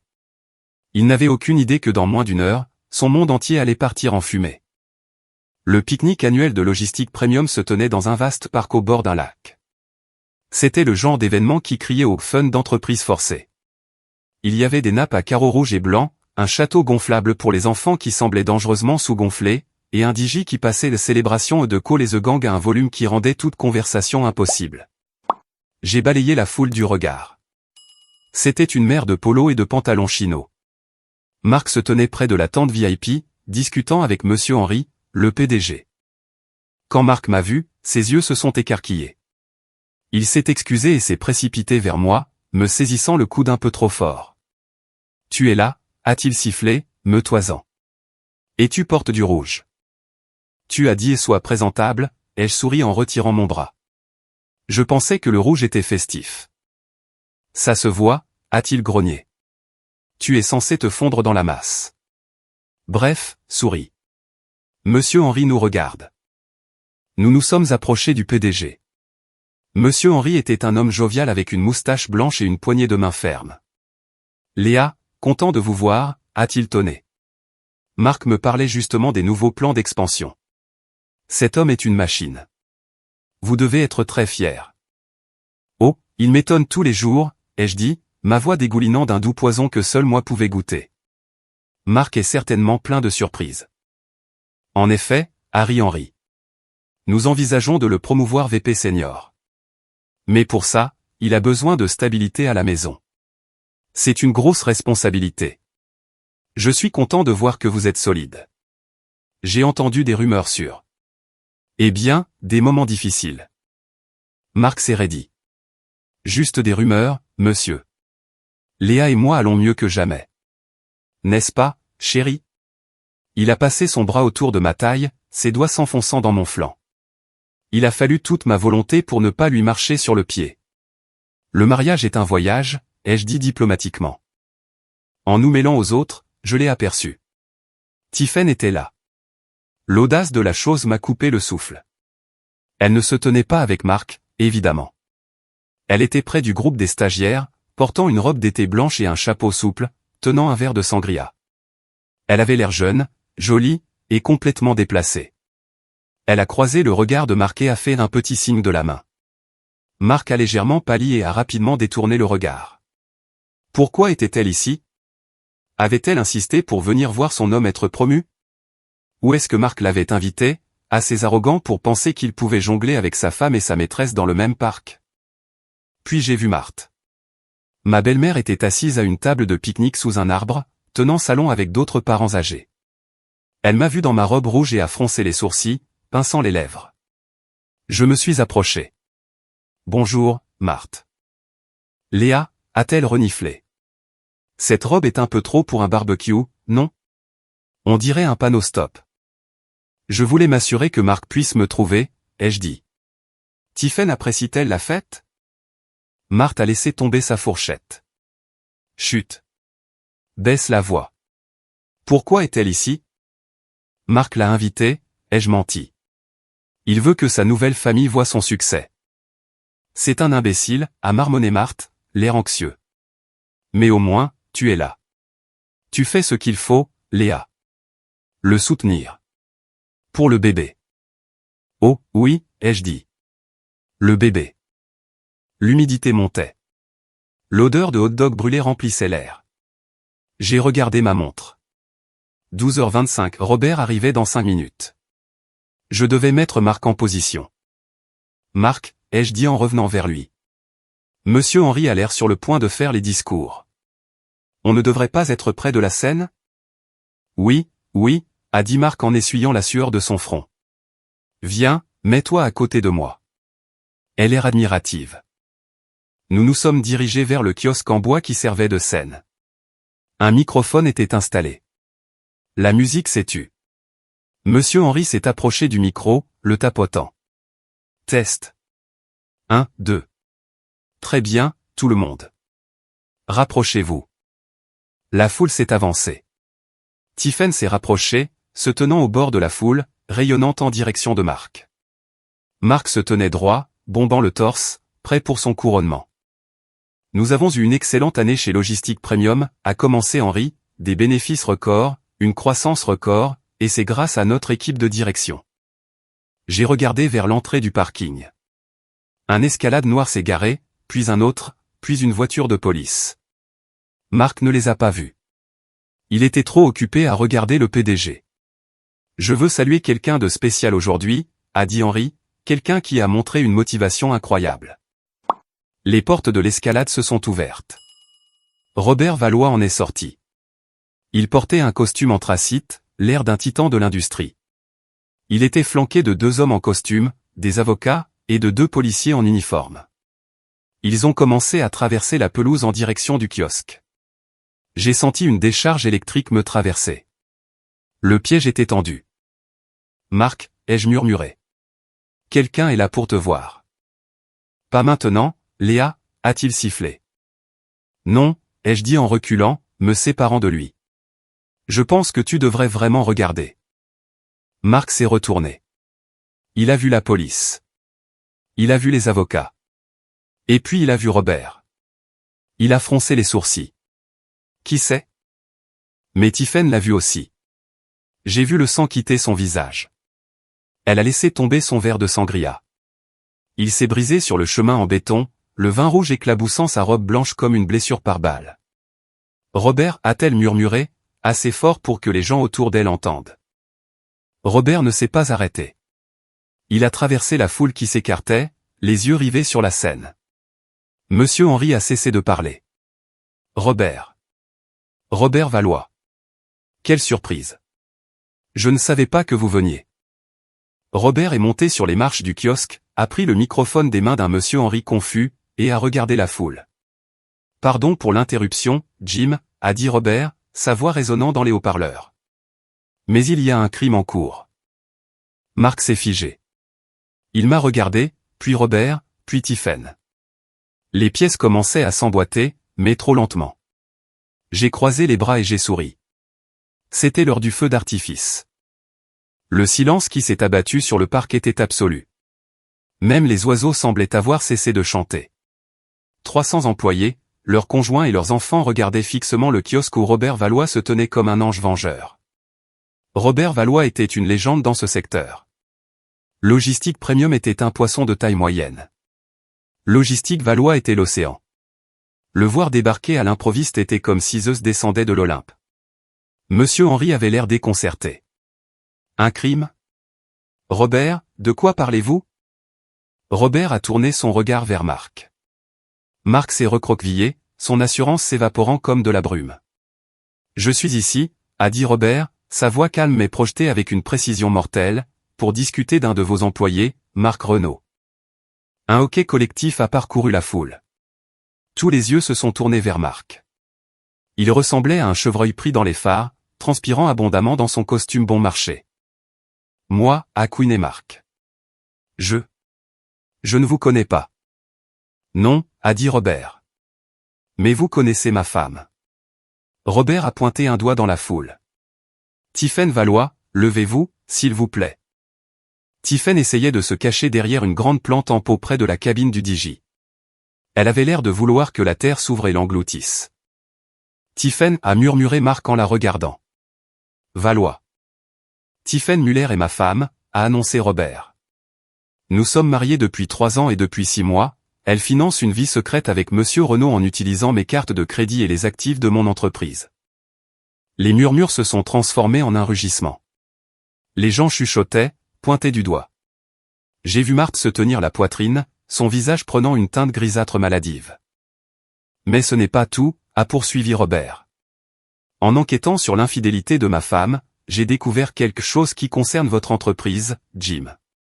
Robert a fait signe à l'un des avocats qui s'est avancé et a remis un épais dossier à Monsieur Henry. Monsieur Renaud n'a pas seulement volé sa propre famille, a dit Robert, me regardant directement pendant une fraction de seconde, un signe de reconnaissance. Il a approuvé des factures frauduleuses. Il a détourné l'argent de Logistique Premium vers une société écran appelée TM Conseil. Tiphaine Muller Conseil. Pour payer leurs vacances, pour payer son appartement. Monsieur Henry a ouvert le dossier. Son visage est passé de confus à furieux en 3 secondes. Il a regardé les factures.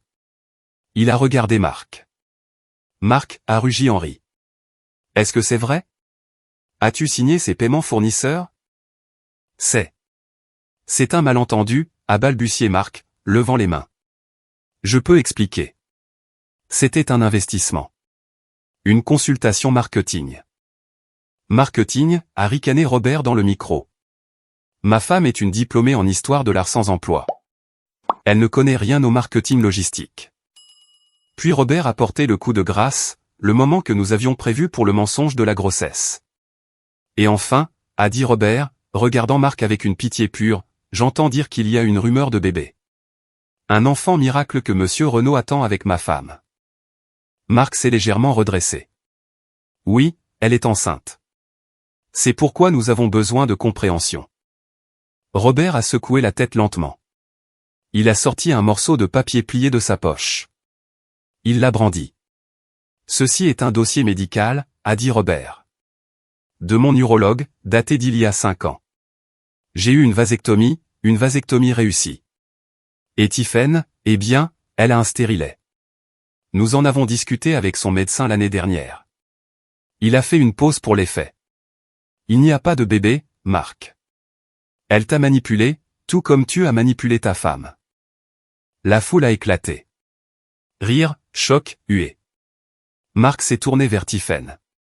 Tu as menti? Mets les chaussons. La chambre de bébé.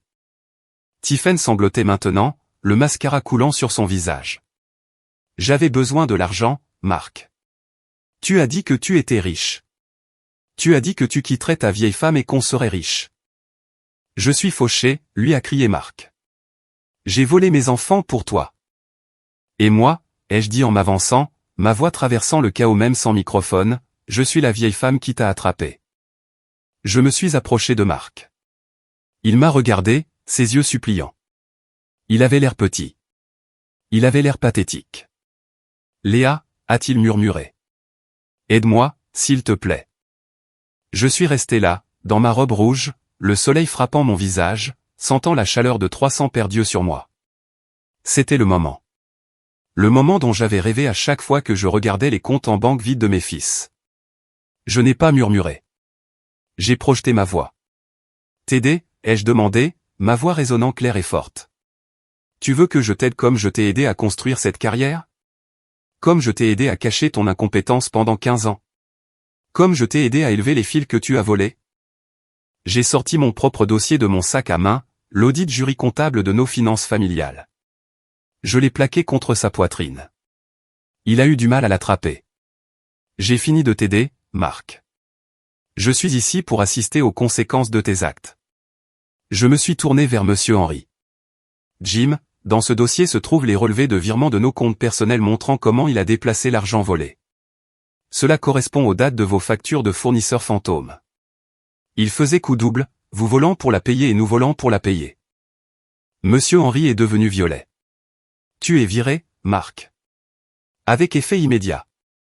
Et vous, a-t-il dit en désignant les policiers, sortez-le d'ici avant que je ne porte plainte tout de suite. Attendez, a crié Marc alors que les policiers s'approchaient. Je peux arranger ça. Léa, dis-leur qu'on peut s'arranger. La police lui a saisi les bras. Il s'est débattu, la veste de son costume se déchirant à l'épaule. Tiphaine, a hurlé Marc. Fais quelque chose. Tiphaine était occupée à essayer de s'enfuir, mais l'équipe de sécurité de Robert lui a barré le chemin. Robert se tenait au-dessus d'elle, l'air froid et distant. Vous aurez des nouvelles de mes avocats, Tiphaine, a dit Robert. Le contrat de mariage est déclenché. Vous n'aurez rien. Et la Porsche? Elle est en train d'être remorquée. Robert, bébé, s'il te plaît, a-t-elle gémi en attrapant sa manche. Il l'a repoussée comme de la poussière. La scène était chaotique. La musique s'était arrêtée. Les gens filmaient avec leur téléphone. Marc était traîné vers le parking, menotté pour trouble à l'ordre public et fraude potentielle. Tiphaine pleurait sur l'herbe. Marthe s'était évanouie dans une assiette de salade de pommes de terre. C'était glorieux. C'était une symphonie de destruction. Et au milieu de tout ça, j'ai ressenti un profond sentiment de paix. J'ai pris une coupe de champagne sur le plateau d'un serveur qui passait. Je l'ai levé vers Robert, qui a hoché la tête solennellement depuis la scène. À ce moment précis, alors que Marc était poussé à l'arrière d'une voiture de police et que Tiphaine réalisait que ses jours de croqueuse de diamants étaient terminés, tout le parc s'est tu, observant la chute du roi arrogant. Si vous écoutez ceci et ressentez ce doux sentiment de justice, s'il vous plaît, faites-moi une énorme faveur. Cliquez sur le bouton j'aime et commentez le chiffre ainsi dessous. Faites-moi savoir que vous êtes avec moi, que vous croyez que les menteurs devraient obtenir ce qu'ils méritent. Votre soutien est le carburant qui me fait avancer. Commentez ainsi vous êtes dans l'équipe Léa. Maintenant, laissez-moi vous dire ce qui s'est passé quand la poussière est enfin retombée. Le pique-nique s'est terminé brusquement après ça. difficile de manger des hamburgers après avoir vu son VP se faire arrêter et sa maîtresse se faire humilier par son mari magnate. J'ai regardé depuis le parking la voiture de police s'éloigner avec Marc à l'arrière. Il pressait son visage contre la vitre, me regardant. Je n'ai pas fait de signe de la main. J'ai juste ajusté mes lunettes de soleil. Robert s'est approché de moi. Il avait l'air fatigué mais soulagé. « Ça va, Léa ?» a-t-il demandé. « Je vais mieux que bien, Robert » ai-je dit. « Je me sens légère. »« Mes avocats contacteront Monsieur Henry » a dit Robert. « Nous allons nous assurer que l'entreprise ne porte pas plainte pénalement si Marc accepte une restitution immédiate. Je ne veux pas d'un long procès. Je veux juste qu'il soit ruiné.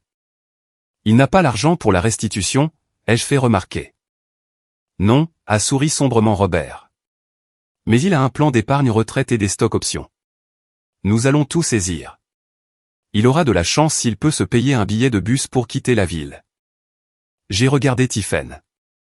Elle était assise sur le trottoir, pieds nus. Elle avait cassé un talon en essayant d'appeler quelqu'un. Probablement ses parents. Robert avait déjà résilié son forfait téléphonique. Je pouvais la voir regarder l'écran avec frustration alors que les appels échouaient. Et elle, ai-je demandé. Je demande l'annulation du mariage pour fraude, a dit Robert. Elle a menti sur son identité, son passé, tout. Elle retourne dans la Creuse ou d'où qu'elle soit sortie. Elle n'est plus mon problème.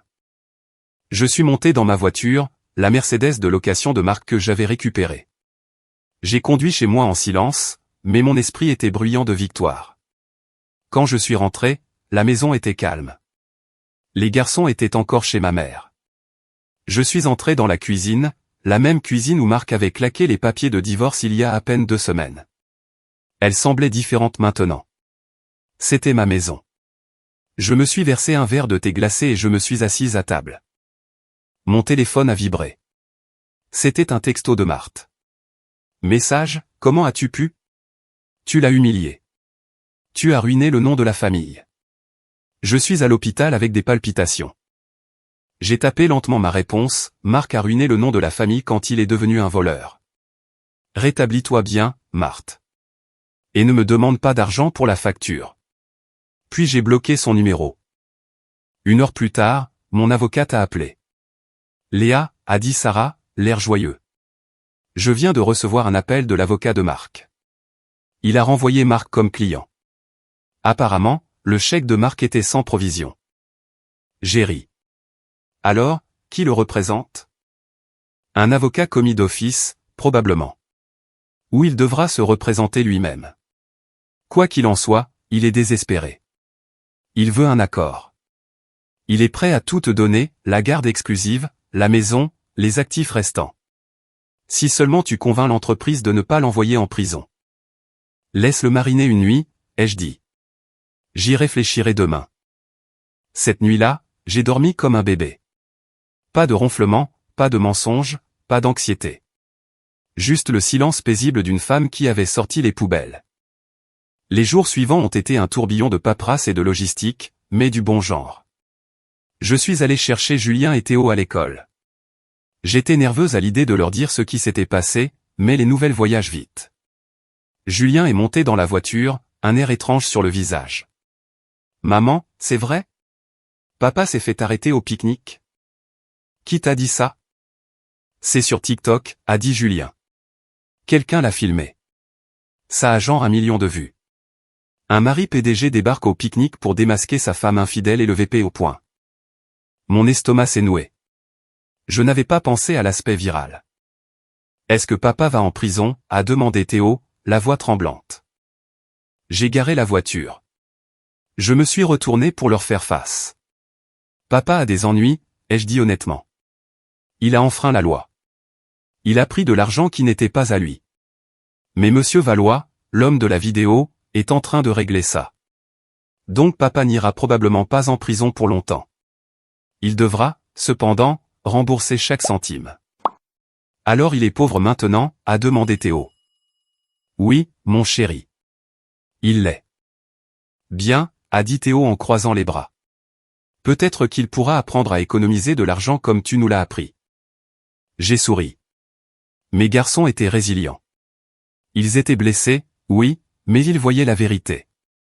Ils voyaient leur père pour ce qu'il était, et ils me voyaient, moi, rester forte.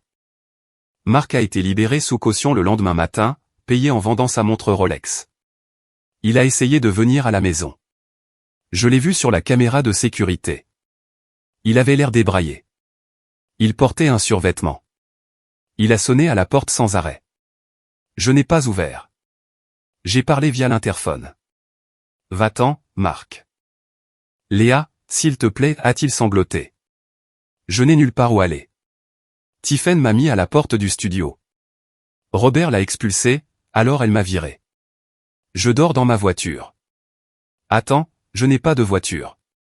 Je dors sur un banc de parc. Ça a l'air inconfortable, ai-je dit. Peut-être que tu devrais demander une chambre à ta mère. Maman ne me parle pas.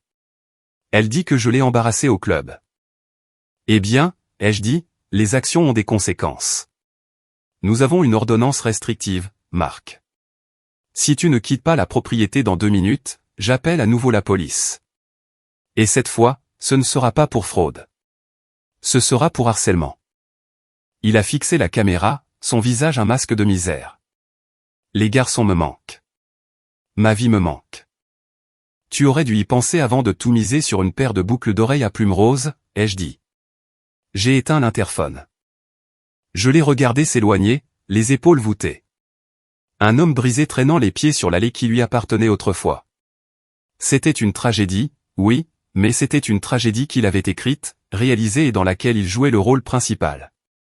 Je n'étais que la critique qui lui avait donné une mauvaise critique. Marc n'a pas abandonné immédiatement. Les narcissiques ne le font jamais. Une semaine plus tard, il a essayé de tendre une embuscade à Julien à l'entraînement de foot. Il s'est présenté au terrain, l'air d'un sans-abri, essayant de donner un sac de bonbons à Julien. C'était bizarre. L'entraîneur, qui connaissait la situation, l'a intercepté. « Vous devez partir, monsieur Renaud », a dit l'entraîneur. « Je veux juste voir mon fils », a crié Marc. Julien s'est approché de la clôture. Il n'a pas ouvert le portail. Il a regardé son père à travers le grillage. « Papa, arrête », a dit calmement Julien.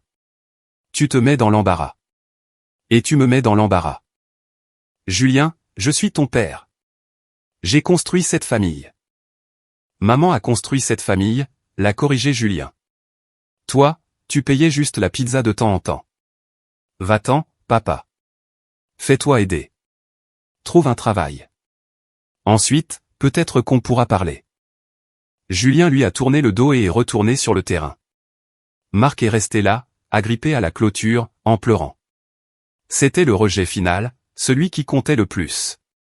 Il avait perdu sa femme, son travail, son argent, et maintenant le respect de son premier-né.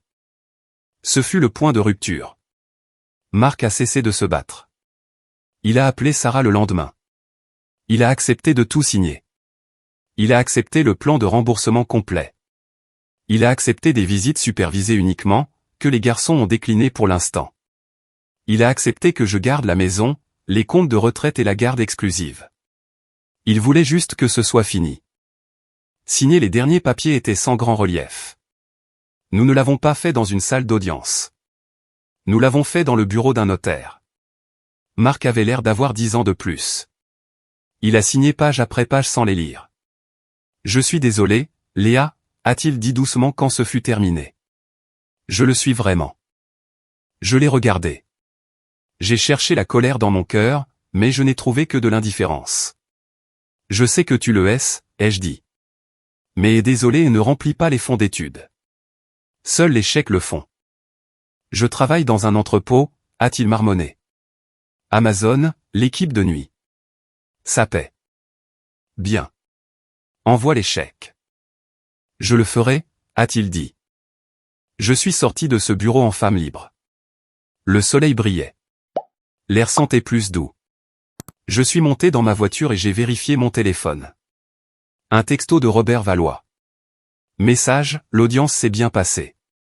Je voulais juste te faire savoir que Tiphaine est officiellement retournée en Normandie et je me demandais si tu aimerais dîner pour célébrer la liberté. En ami. J'ai souri. En ami, ai-je tapé en réponse. Pour l'instant. 6 mois ont passé depuis le pique-nique. La vie est très différente maintenant. La maison est paisible. Nous avons repeint la cuisine. Plus de souvenirs de Marc. Julien a obtenu une bourse partielle pour ses notes, et j'ai réussi à reconstituer une bonne partie du fonds d'études en vendant la vaste collection de montres vintage et de clubs de golf de Marc, dont il s'est avéré que j'étais légalement propriétaire. J'ai repris le travail, non pas en tant qu'auditrice stressée, mais en tant que consultante financière pour les femmes en instance de divorce. Je les aide à trouver les actifs cachés. Je les aide à lire les déclarations de revenus. Je les aide à trouver leur peinture de guerre. C'est le travail le plus épanouissant que j'ai jamais fait. Théo va très bien.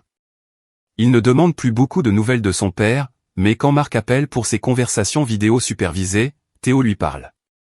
C'est maladroit, mais c'est une guérison. Marc est humble maintenant. Il vit dans un petit appartement avec 2 colocataires, conduisant une Honda d'occasion. Il a l'air humain. Quant à moi, je suis heureuse. Vraiment heureuse.